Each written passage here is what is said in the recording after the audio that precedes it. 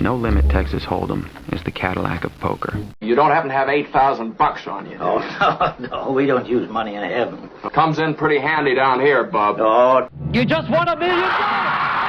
You're making a run at it, aren't you? Rolling up a stake and going to Vegas. Okay, so we're going to the Vloggers game.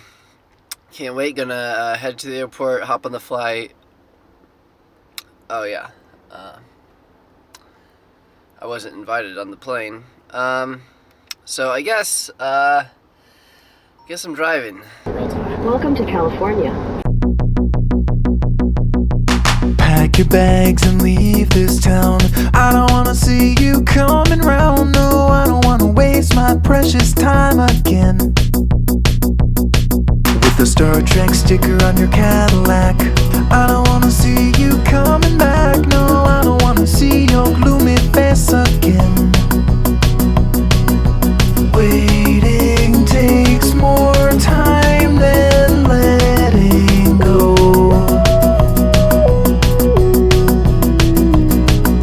Sitting at a stop sign, wasting time when I'd rather be speeding on the 99. This relationship just won't shift out of neutral. You say that you will be ready soon, but I've already heard that tune, and I don't think you're ready for a new... So we played 1-3. Oh yeah? yeah, because I heard they had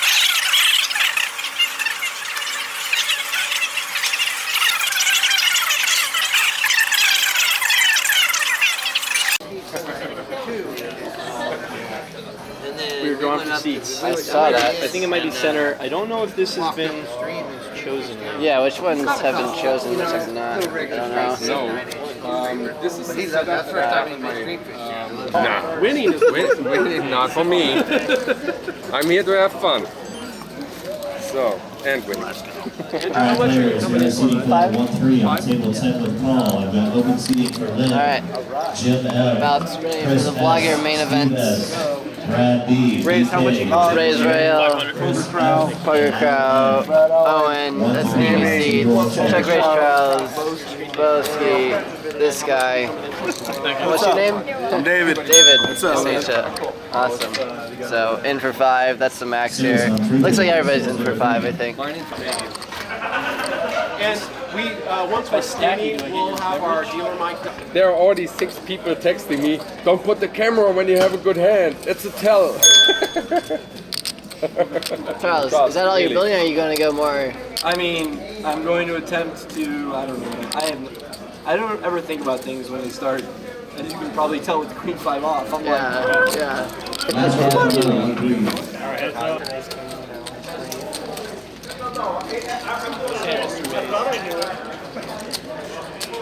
It's the opposite of Vegas here. Drinks are not comps. Food is.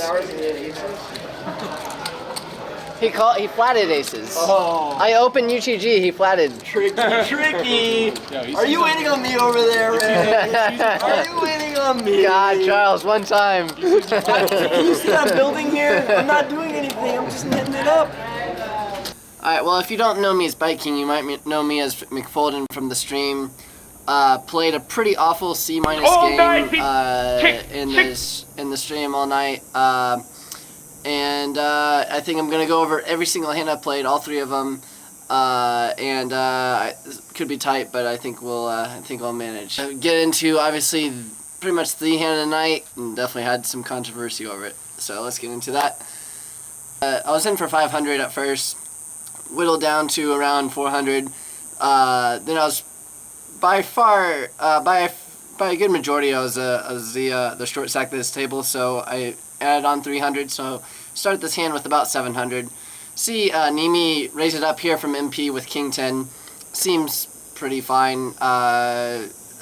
He hadn't been playing too splashy, but yeah, he raises up. Hello 727 flats with Queen Jack. Boski flats with 10-8 suited, and then David, who's on the button, and there's an initial like $15 on the button, so he has even better price to call with suited connector here. And then I wake up with kings here in the small blind. Been playing pretty tight to this point, and I'd only 3-bet once. I think that was the ace king, got it, everyone fold. So, and I make it pretty small here. There's already $60 in the pot. I only bet 65. Need to go a lot larger here, I think. Bart Hansen says in his commentary, probably around 90 to 100. I think is much better sizing here, especially being out of position for the rest of the hand out in the small blind. Definitely want to be sizing up much larger and getting heads up, preferably. And you also want to have some fold equity when you 3-bet as well. And 65 into 60 doesn't really do that. Nimi folds, Hello 727 folds. Boski, you can see him taking a look at my stack. Sees we're pretty deep. He's getting a decent price. He'll be in position on me. Got a hand that flops pretty well against the 3-bet range, so he'll elects to makes the call. And then David on the button has not only the getting pretty decent price with Boski calling, but in addition to that $15 on the button, he's probably not thrilled about calling with 4 high, but it's a suited connector. Again, flops pretty well against a 3-bet range, so he elects to make the call as well. So we're 3 ways to the flop with $228 in the pot. And flop kind of misses everybody, not really much action. Exactly. So he's got a couple extra bucks to win on if he scoops it from the button. Oh, flush over top set! Oh my god. Guys, are you kidding me? Flush over top set! Let it has begun. Boy. Top set. Commentators are freaking out. Chat is going absolutely ballistic. So I see about here 75. The graphics are wrong. It was 75. You can see it cat out into stacks of 25. Although it's still much too small. Definitely on this wide of a board, even with top set on this wide of a board, need to be betting over half pot. I think all the time. Multi-way. Probably should have decided almost double. I think maybe around 150 or so. To 2/3. Boski just flats here, which I think is fine. There's not really any, we're plenty deep. There's not really any turn cards that he doesn't like. He's just, I think he's just content to let me put in the rest of my money into him. And then David has to think he has the best hand with the flop flush here, and he doesn't want to see any more cards without more money in the pot, so he's going to bump it up pretty aggressively, and he raises about the pot. He raises to 375. So there I am with top set, facing a 3-bet. He 3-bets to 375. I have 640 behind.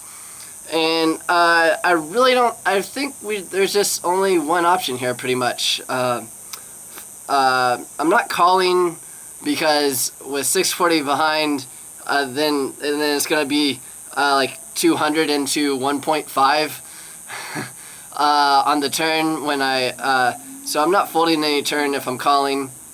Folding top set here, I don't think I can fold top set here. If I'm deeper here, like if I have like 1,000 behind, I think it's a fairly standard flat to just flat with top set and continue playing. But he 3-bets to 375. I have 640 behind. I go ahead and jam all in. It's going to be a profitable play regardless of what happens. I don't really have any fold equity when I only shove for 265 more, but no matter what happens, even if I get the worst pot odds of Boski folding and David calling, my break-even equity is going to be 33%, and I have 35%. So it's going to be at worst slightly profitable, and at best really profitable if both of them end up calling. So as you can see, what ends up happening, Boski back raises all in, and I'm not sure if he has David covered, but he has David mostly covered. He has about $400 or $500 more than I do.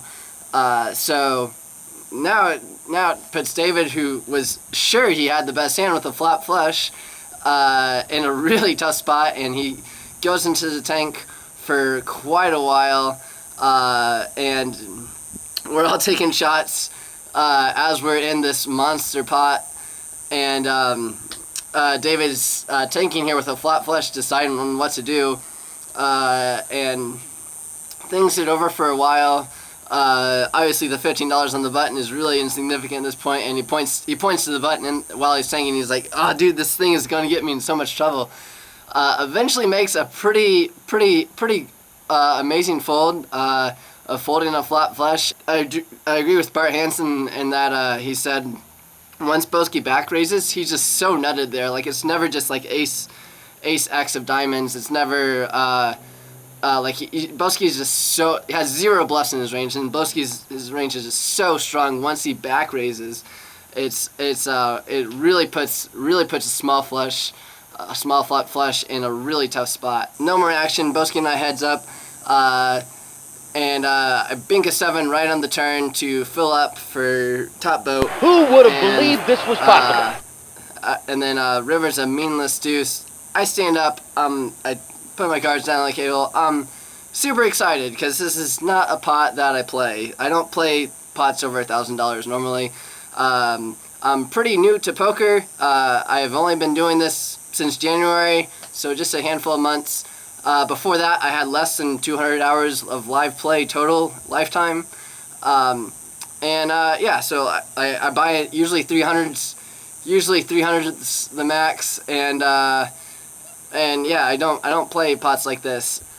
Contrary to what some people think, I don't think getting excited over a huge pot is wrong. I think if you take it so far as berating a player or going ha ha ha or running all around, whatever, I think like that's probably a little over the line. And yeah, I think yeah, probably like it was a little bit excessive what I did, but my heart rate was pounding. I had so much adrenaline in the moment, and I was just like, oh my gosh, I can't believe this just happened. So everyone at the table thought it was kind of comical that I got so excited over this one hand, but then I was like, dude, I don't play pots like this.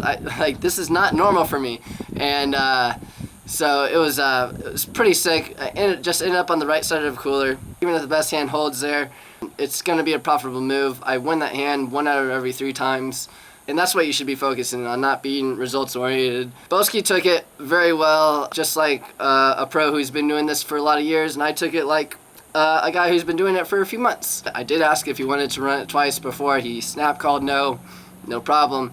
And seemed very cool after the fact. So hats off to him for doing it so smoothly. If you didn't catch it, Owen did fold the 9 of diamonds for the straight flush gut shot. In case you're wondering, not that I knew that, or that Boski could easily have 7 quad 7s there as well. I don't play 655 big blind pots. Like, it's not a thing. Like in Vegas, where the normal max is 300, except for 2 places where it's 500 and uncapped at the Nugget.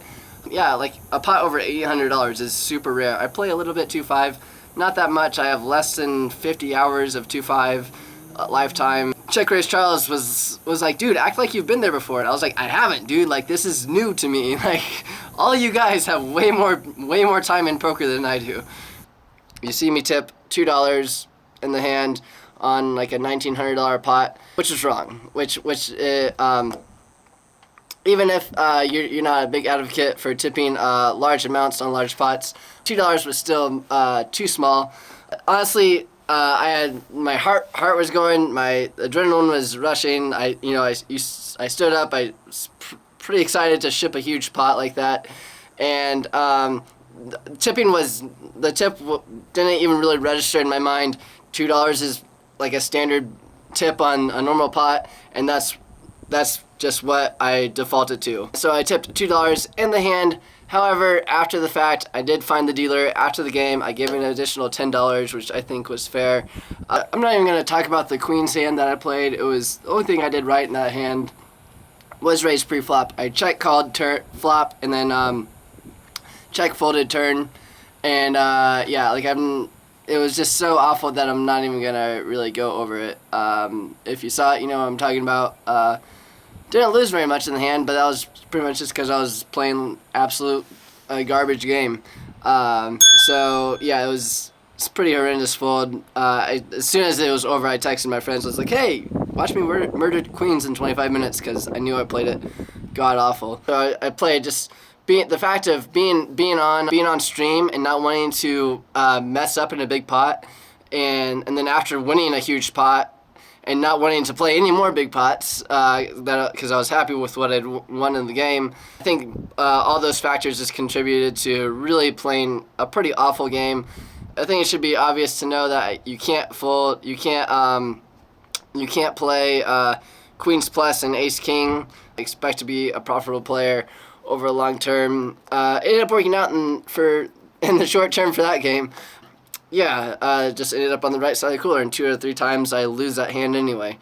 So I'll go on to the only other significant hand of the night, and that was in a bomb pot where every new dealer change, we all put in $15 blinds, we all got cards, and we went 9 ways to a flop with everybody. Pretty interesting scenario where you don't normally see 9-handed flop with already not normally seeing a 9-handed pot. I won 3 with $120 in the middle. Yeah, it was pretty interesting. I think 3 of the 4 times I had 7 deuce, so that wasn't good. But here, let's watch how I misplayed this hand. So pick up Ace 7, which is pretty good for any 2 cards, and we see a flop of Ace King 3 rainbow. Ace 7 is likely to be the best hand here a lot of the time, so of course I don't bet it. Go ahead and check. It goes over to Nimi, who has flopped a gut shot, and he bets out pretty small, $30 I think, into this, and I just check call, so play it pretty passively, and we go heads up to a turn. The turn is an offsuit queen, so not really a great card for my hand, and I check. Both Nimi bets out $70, which is still a pretty small bet in relation to the pot size, and I think for a little while he could have bet with the king, could have bet with some sort of straight draw. But pretty much hats off to Nimi for playing actual good poker, unlike I did. He pretty much put me on any ace. It doesn't have to be a strong ace, and he's like, I don't think he's looking to hero down. I don't think he's looking to play any big pots since it's the one he won. So I'm just going to put the pressure on him. And that's exactly what he did, and it works. And I fold with 91% equity. Yeah. So that was great play by Nimi. That's about all the hands I played, and that's how I got the name McFolden. That's, yeah, a little bit of discipline, you know. I folded kings earlier, made a bad fold, so. I'm glad you're representing. Yeah, how you doing over there, buddy? I'm trying to not splash around too much, but mix it up here and there, just taking it as I'm given, which is like fairly mediocre. I've been pretty hard dead. I ran into a full house, and then I made a full house. That happened within like the first 25 minutes, and then since then, I've had zilch. Yeah, you got stuck early, not much, but then you climb back, and now you're on top of it. So that's good. I don't know if I'm on top of it. I'm maintaining. I'm not getting too stuck. It's easy to get too stuck when you're hanging out with your friends. How do I not get a piece of that? Drinking some beverages and splashing around. Yeah, it's good times. Good times. By the way, if you don't know Adrian Nimi, I'm sure you do. Follow his channel. If they don't know, please. On YouTube. If they don't know. So yeah, go check him out. One of the best vloggers out there.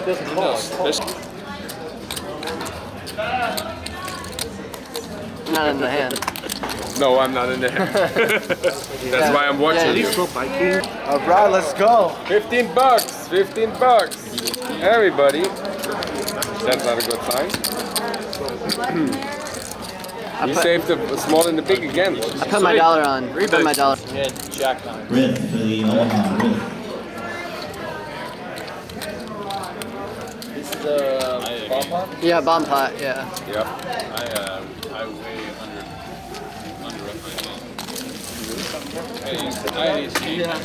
This isn't working, so we gotta figure something else out. Yeah, I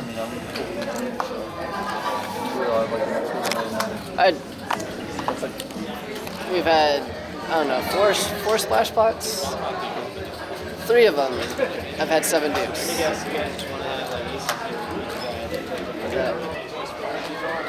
Alright, we're walking into, about 10:30 now, walking into booth. What's up? HH, and you turn your seat in the Omaha. HH, please turn your seat. Behind the scenes action.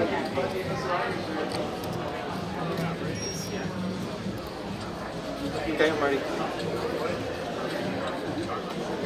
Cool. Awesome. Biggity bam, come on in, buddy. Hey, how's it going, man? Good, good. Awesome, awesome. Bike King in the house. Hey. Good to see you, dude. Good to see you. Thanks for having me. Absolutely. Yeah. So, dude, how did you feel in the hand of the night earlier? For those of you who missed it, guys, it was insane. Pocket Kings over here, 8-10 of diamonds, 2-4 of diamonds, flop comes king high, all diamonds, just complete disco town for everybody. Everybody gets it in. Deuce 4 diamonds actually finds a fold there. David in seat 1. Boom, board pair on the turn. Yeah. I mean, we could feel your excitement, dude. Right. No, that was pretty insane. Yeah. Somebody wonders why you're called Bike King. How'd you get that name? Oh yeah, sure. Screen name originated when I was 19 years old. It was when my first Xbox screen name, and so I was always into like cycling a lot, and I did triathlons. I did an Ironman event, and then also it's like bikes, like as in motorcycles. Like for the first 5 years I had my license, I didn't own a car. I just rode motorcycles. Sweet. So there's also that. So it's both kinds of bikes, like the verb of bike king, and then like king of bikes. So. Anything with 2 wheels. Life is best served at a 45-degree angle. What's my favorite NFL team? The Patriots. Just in case people didn't hate me enough for being in it and folding. You guys didn't hate me for liking the Patriots. Solid. So what do you think of the Vloggers game this far? Oh, it's great. It's great. It's honestly everything I hoped it would be. And really what I'm looking forward to is all of your guys' footage too after the fact too. I can't wait to go back and like, oh, let me check out this footage. Let me check out this angle.